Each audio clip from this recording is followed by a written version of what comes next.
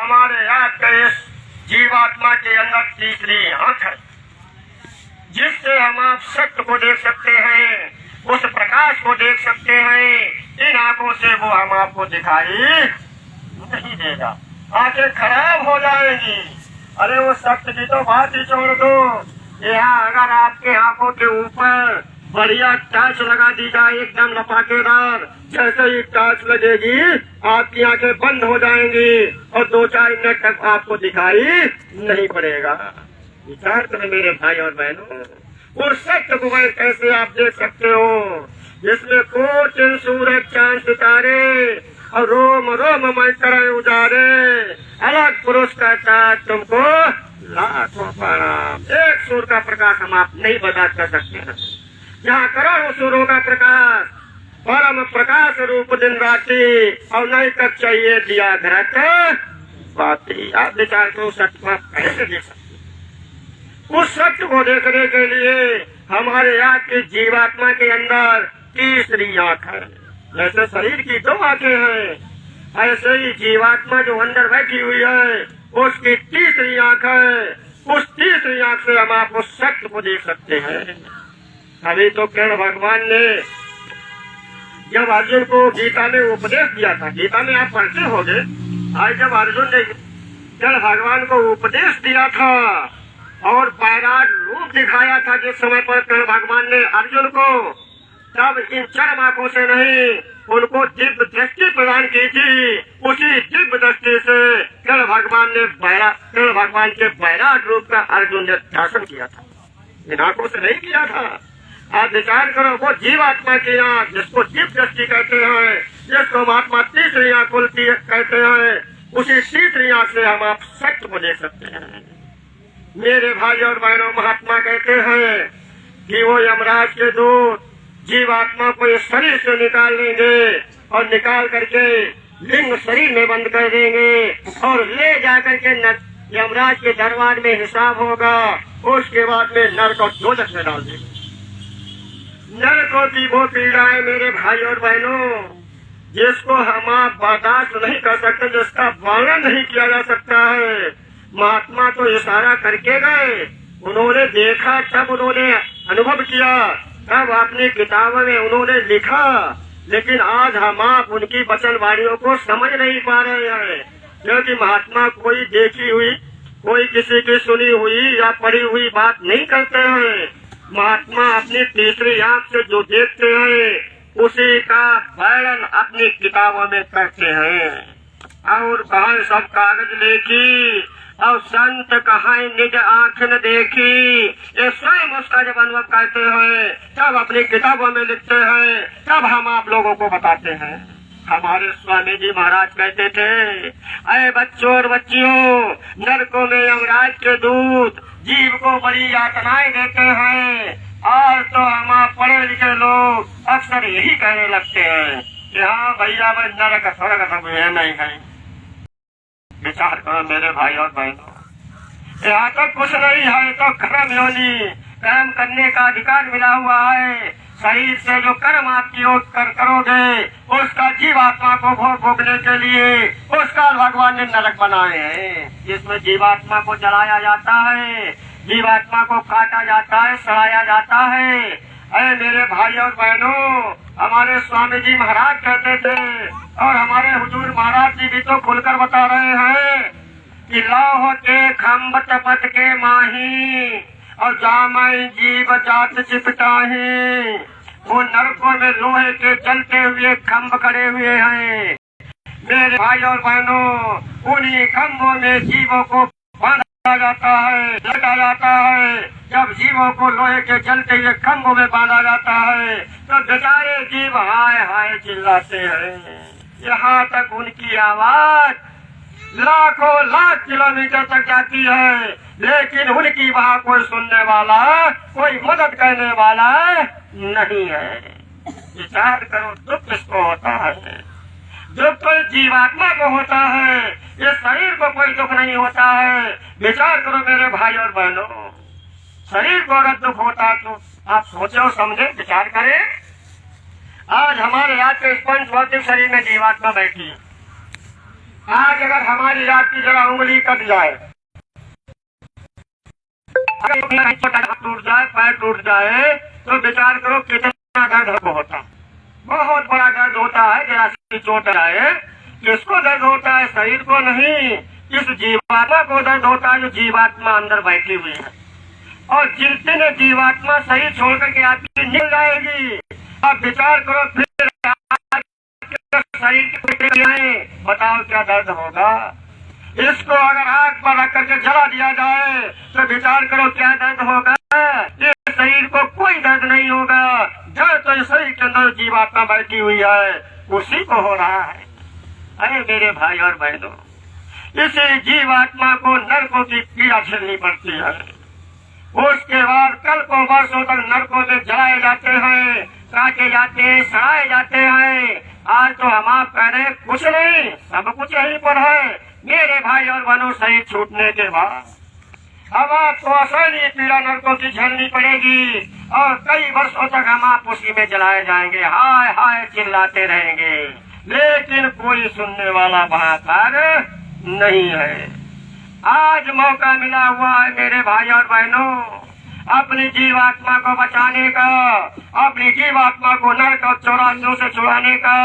तो कुछ कह लो और करा लो, और बचना जो चाहो तो साथी बना लो। ये पहचान लो बाबा जी को भाई और बहनों, नरकों से बचाने के सच्चे पक्के आपके साथी हैं, सच्चे पक्के आपके हितैषी हैं, जो हम आपको नरक और चौरासियों से बचाने के लिए आए थे। अगर बाबा जी की बात को किसी ने मान लिया, चाहे हिंदू हो, चाहे मुसलमान हो, चाहे सिख हो, चाहे ईसाई हो, चाहे गरीब हो, चाहे अमीर हो, चाहे पढ़ा लिखा हो, चाहे अनपढ़ हो, चाहे किसी जाति बिरादरी का हो, अगर किसी ने बाबा जी की बात को मान लिया और बाबा जी की बताए हुए रास्ते पर चल पड़ा, तो उसकी एक न एक दिन जीवात्मा नरक और चौरासियों से छूट जाएगी। जन्म और मरण के बंधन से हमेशा हमेशा के लिए इसका छुटकारा हो जाएगा।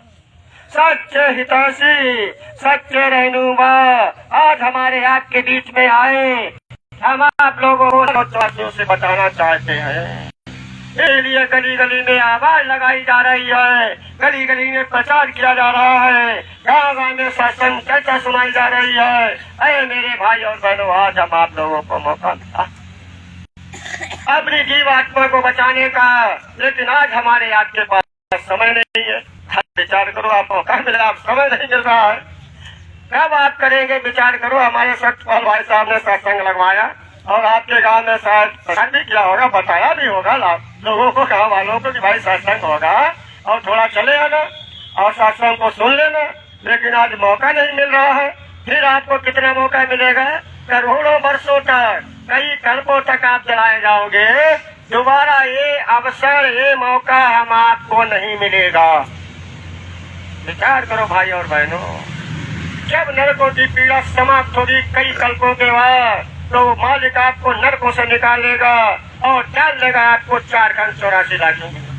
चले जाओगे फिर कई वो तक, फिर आप चले जाओगे, दोबारा ये मौका नहीं। मेरे भाई और बहनों, जो आज पेड़ खड़े हमारे आपके सामने, जिनकी छत्र छाया में हम आप बैठे हैं, वो काल भगवान नरकों से निकालेगा जीवात्मा को, इन्हीं पेड़ पौधों की दुनिया बंद करेगा। ये जो 484 लाख यूनियन में सबसे पहले खान आती है, इसको महात्मा अस्थावर खान कहते हैं। इसमें वही जीवात्मा है जो आज हमारे आपके शरीर के अंदर बैठी हुई। रत्ती भर फर्क नहीं, आप माने या ना माने, लेकिन महात्मा जो देखते हैं वो कहते हैं वही जीवात्मा इस पेड़ के अंदर है जो हमारे आपके अंदर है। लेकिन शरीर का परिवर्तन है। हम आपको जो मानव शरीर मिला हुआ है, ये पूरे 5 तत्व का है। चित जल पाप गगन समीरा और पंच रचित या अधम शरीरा, ये पूरे 5 तत्व का है। इससे आज, जिसको महात्मा कर्म योनि कहते हैं, जिससे आज हम आप कर्म करके महात्माओं के पास जा करके इनसे रास्ता लेकर साधन भजन करके अपनी जीवात्मा को इस पेड़ पौधों की योनि से बचा सकते हैं। इसलिए महात्मा इसको कर्म योनि कहते हैं। इनका शरीर एक तत्व का है, जीवात्मा वही है, रत्ती भर फर्क नहीं है। ये वो शरीर का परिवर्तन, एक तत्व का शरीर है, बेचारे एक तत्व के शरीर में बंद है। अब महात्मा इसको भोग योनि कहते हैं। अब ये अपने किए कर्मों का भोग भोग रहे हैं, भोग योनि में पड़े हैं। इनके पास कोई रास्ता नहीं है कि अपनी जीवात्मा को बचा ले। भोग भोग रहे हैं, कितने दिनों तक भोग भोगेंगे? विचार करो, ये पेड़ खड़े हैं, इनकी डाल हम आप काटते हैं, इनको छांटते हैं, क्या इनको दर्द नहीं हो रहा है? अरे भाई, जीवात्मा जिसमें है दर्द तो सबको होता है, चाहे वो शरीर किसी का भी हो, जिसके अंदर चाहे कीड़ा पतंगा कोई भी पशु या पक्षी है, जिसके अंदर जीवात्मा है, अगर उसको आप काटोगे तो भाई दर्द होगा नहीं दर्द होगा? दर्द होगा, लेकिन दर्द इनको भी होता है काटते जब हम आप हैं। लेकिन अब ये बोल नहीं सकते हैं, अब ये कुछ कह नहीं सकते हैं, अपने दर्द का वर्णन नहीं कर सकते हैं। विचार करो, भोग भोग रहे, शरीर छोड़ने के बाद चले जाएंगे हम आप इसी में भी, और करोड़ों जन्मों तक, कई युगों तक हम आप पड़े रहेंगे। ऐसे ही पेड़ पौधे स्थावर खान में जिनकी योनियां 30 लाख है, 30 लाख प्रकार के पेड़ खड़े, एक तो नहीं। ये देखो, पाकड़ का पेड़ अलग है, और आज के जामुन का पेड़ अलग है, और नीम का पेड़ अलग है, आम का पेड़ अलग है, इमली का पेड़ अलग है। इस प्रकार 30 लाख प्रकार के पेड़ पौधे आपके पृथ्वी पर 30 लाख बार हम आपको इन्हीं पेड़ पौधों की दुनिया में जाना पड़ेगा। उधर नरकों की पीड़ा कल्पों वर्षों तक झेल ली, उसके बाद में आप 4 खानी कल भगवान के जेल खाना है, इसी को जेल कहते हैं। इस जेल में आपको बंद कर दिया जाएगा, 30 लाख बार आपको जन्म न मारना पड़ेगा। कितना लंबा समय लगेगा? आज तो हम आप सोच रहे हैं कि मानव सही मिला हुआ है, इससे आप खूब मौज मस्ती करो, खाओ पियो मौज उड़ाओ, इसीलिए जग मेला है, और कौन जानता कब क्या होगा, चलता यही झमेला है। मेरे भाई और बहनों, आज तो हम आप सोच रहे हैं कि मानव सही मिला है और लंबादारी मिल गई है, और सही छूट जाएगा, फिर दोबारा मानव सही मिल जाएगा, इसी गांव में आ जाएंगे, फिर लंबादारी ठेकेदारी प्रधानी करेंगे। लेकिन महात्मा कहते हैं विधि का विधान नहीं है, उसका कानून तो कुशार है। विचार करो, मानव सही रमात को दोबारा नहीं मिलेगा, कितना लंबा समय लगेगा? 30 लाख बार पेड़ पौधा बना। ऐसे ऐसे पेड़ जंगलों में खड़े हैं, आप चले जाओ पीपल और बरगद के, जिनकी उम्र 2-2 हजार वर्ष होती है, 3-3 हजार वर्ष होती है। एक योनि से आपको 2000 वर्ष में छुटकारा नहीं होगा, और 30 लाख योनियां जब आप पूरी करोगे, कितना लंबा समय लगेगा? पता नहीं कितने सतयुग त्रेता द्वापर, अब पता नहीं कितने इतने कलयुग लिखत जाए, दोबारा हम आपको ये अवसर नहीं मिलेगा। जो अवसर आज उस मालिक की अपार दया और कृपा से हम आप सभी लोगों को मिला हुआ है, ये अवसर हम आपको दोबारा नहीं मिलेगा, लेकिन छुटकारा वहाँ भी नहीं होगा। विचार कर, वो मालिक हम आपको निकालेगा उस स्थावर खान की योनि से। दूसरी खान आती है जिसको उकमस खान महात्मा कहते हैं। उकमस खान जिसकी योनियां 27 लाख है, जो उकमस खान में कीड़े पतंगे रहते हैं, उनका शरीर 2 तत्व का। उकमस खान की योनियों में जो शरीर है 2 तत्व का है। सर्दी गर्मी से जो कीड़े पैदा होते हैं, उनकी योनियां 27 लाख। 27 लाख बार हम आपको कीट पतंगा बनना पड़ेगा। जुआ बनोगे, खटमल बनोगे, कीड़ा पतंगा आप देख रहे हो बरसाती, ये सब इनके सबके अंदर जीवात्मा है, और इन सब योनियों में हम आपको जाना पड़ेगा, और इन्हीं योनियों में आज तक हम आप भटकते रहे। विचार करो मेरे भाई और बहनों, महात्मा कहते हैं कि कोटि जन्म भय कीट पतंगा, और कोटि जन्म का जमीन तरंगा। करोड़ों जन्म कीट और पतंगे की योनि में, घोड़ी गधा खिच्चर की योनि में, पेड़ और पौधों की योनि में करोड़ों जन्म हम आप भटकते रहे। 27 लाख बार हम आपको जन्मना और मरना पड़ेगा। करो, ऐसे ऐसे कीड़े हैं धरती पर जो दिन में 4 बार जन्म लेते हैं, 4 बार मरते हैं। कितनी बड़ी अपार पीड़ा आपको झेलनी पड़ेगी, सबसे बड़ा दुख यही है। महात्मा कहते हैं कि जन्म मत मरत दुसह दुख होई, जन्म और मौत के वक्त जितनी पीड़ा होती है, उतनी पीड़ा जीव को कभी नहीं होती। 27 लाख बार जन्म मरोगे, दिन में 4 बार जन्मना, 4 बार मरना, कितनी बड़ी अपार पीड़ा होगी। और बाबा जी हम आपको कहाँ से छुड़ाना चाहते हैं, लेकिन आज हम आप बाबा जी की बात को सुनना भी नहीं चाहते हैं। विचार करो भाई और भाई, बाबा जी अपने लिए नहीं कर रहे हैं। बाबा जी हमारे आपके हित के लिए जो गुरु महाराज ने किया आज तक, और आज जो उनका मिशन चल रहा है आपके हित के लिए चल रहा है, इसमें बाबा जी का कोई हित नहीं है, बाबा जी की कोई भलाई नहीं है। मेरे भाई और बहनों, हमारा आपका हित हमारे आपके कल्याण के लिए, हमारी आपकी जीवात्मा को नरकों से बचाने के लिए ये बाबा जी का सत्संग, बाबा जी का प्रचार गाँव गाँव में हो रहा है मेरे भाई और बहनों। लेकिन आज हम आप समझ नहीं पा रहे हैं, हम आपको समय नहीं मिल रहा है कि चले आए थोड़ी देर के लिए सत्संग को सुनने। विचार करो मेरे भाई और बहनों, जब वो 27 लाख योनियां पूरी होगी, वो मालिक फिर हम आपको निकालेगा, उसके बाद में डाल देगा तीसरी खान आती है अंडज खान। जो बच्चे अंडे से पैदा होते हैं वो अंडज खान में आते हैं, उनकी योनियां 23 लाख हैं, जिनका शरीर 3 तत्व का होता है, वो जीव अंडज खान में आते हैं।